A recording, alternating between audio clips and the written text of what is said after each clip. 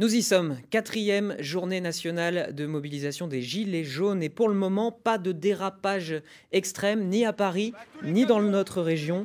Première illustration au rond-point de l'Archer à Soissons où un barrage filtrant était tenu par une centaine de personnes au moment de notre passage à 10 heures. Les camions sont arrêtés un quart d'heure avant de repartir. Tout ça donc dans le calme, image signée Éric Henry. Pour cette journée néanmoins redoutée par les autorités, 8000 forces de l'ordre ont été mobilisées à Paris, plus 81 000 en province. Des contrôles ont même été effectués sur les axes routiers, dans les gares et auprès des bus menant vers la capitale, ce qui a permis dans la Somme, par exemple, de saisir du matériel prohibé et d'interpeller 7 personnes. À côté de ça, donc, beaucoup de gilets jaunes ont décidé de rester en région aujourd'hui. Vous allez en voir ici à Beauvais, filmé par Didier Bert. Pour eux, le mouvement doit rester local et pacifiste. Écoutez ce témoignage recueilli par Aaron Tanzit. Il faut qu'on arrête aussi au niveau médiatisation de tout centraliser sur Paris, sur des casseurs, alors que la majorité des gilets jaunes, ils sont pacifiques, ils sont sur des ronds-points, ils veulent faire entendre leurs revendications. Et on a aujourd'hui des journalistes qui centralisent tout sur des casseurs, sur Paris, qui est la vitrine dorée de la France. Nous, on est très déterminés, très pacifiques. Tous les gens qui sont là, ils sont décidés à se faire entendre. Vous voyez, tout le monde a le sourire, tout le monde est solidaire. Les gens qui passent en voiture, ils sont patients, ils sont solidaires avec nous aussi. Il y a une très très bonne ambiance et c'est ça qu'on va ressortir. Alors, hasard du calendrier, la marche pour le climat est aussi organisée aujourd'hui. Celles de Beauvais et de Compiègne ont été interdites, mais pas celle d'Amiens.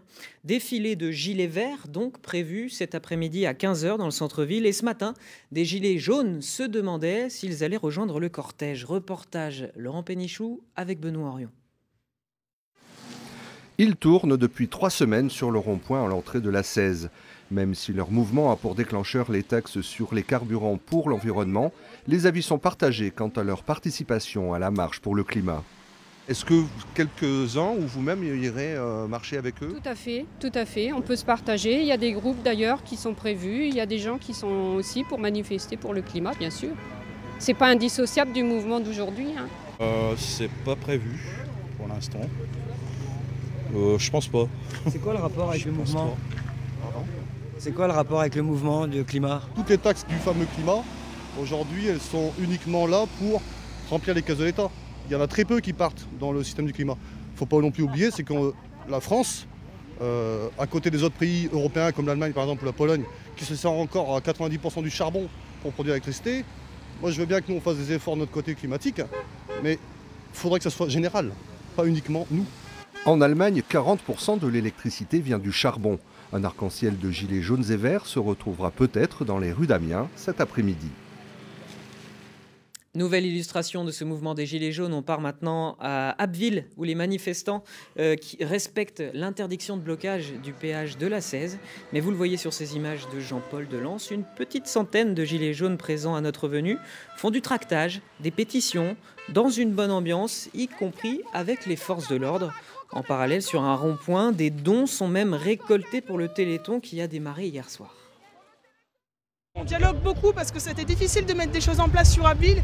Il faut savoir que c'était un petit peu le jeu du chat et de la souris, donc les gens commençaient à s'échauffer un petit peu, ça devenait un peu compliqué. Donc là maintenant, vous voyez, les forces de l'ordre, même les gendarmes, tout ça, tout le monde est au courant de ce qui va se passer à l'avance et ça se passe très bien. On nous donne des libertés également pour nous exprimer, c'est dans la bonne humeur.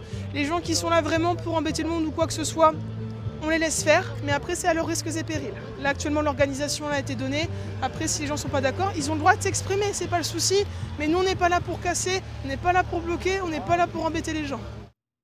Les élus locaux aussi appellent au calme et au dialogue. L'association des maires ruraux et l'association des petites villes de France ont demandé aux mairies d'ouvrir leurs portes aux gilets jaunes. Chose faite ce matin à Bernaville par exemple, et là seulement 2 gilets jaunes se sont présentés. Un couple qui suit le mouvement depuis le début. Ils gagnent ensemble 2 150 € et sont venus parler essentiellement de pouvoir d'achat.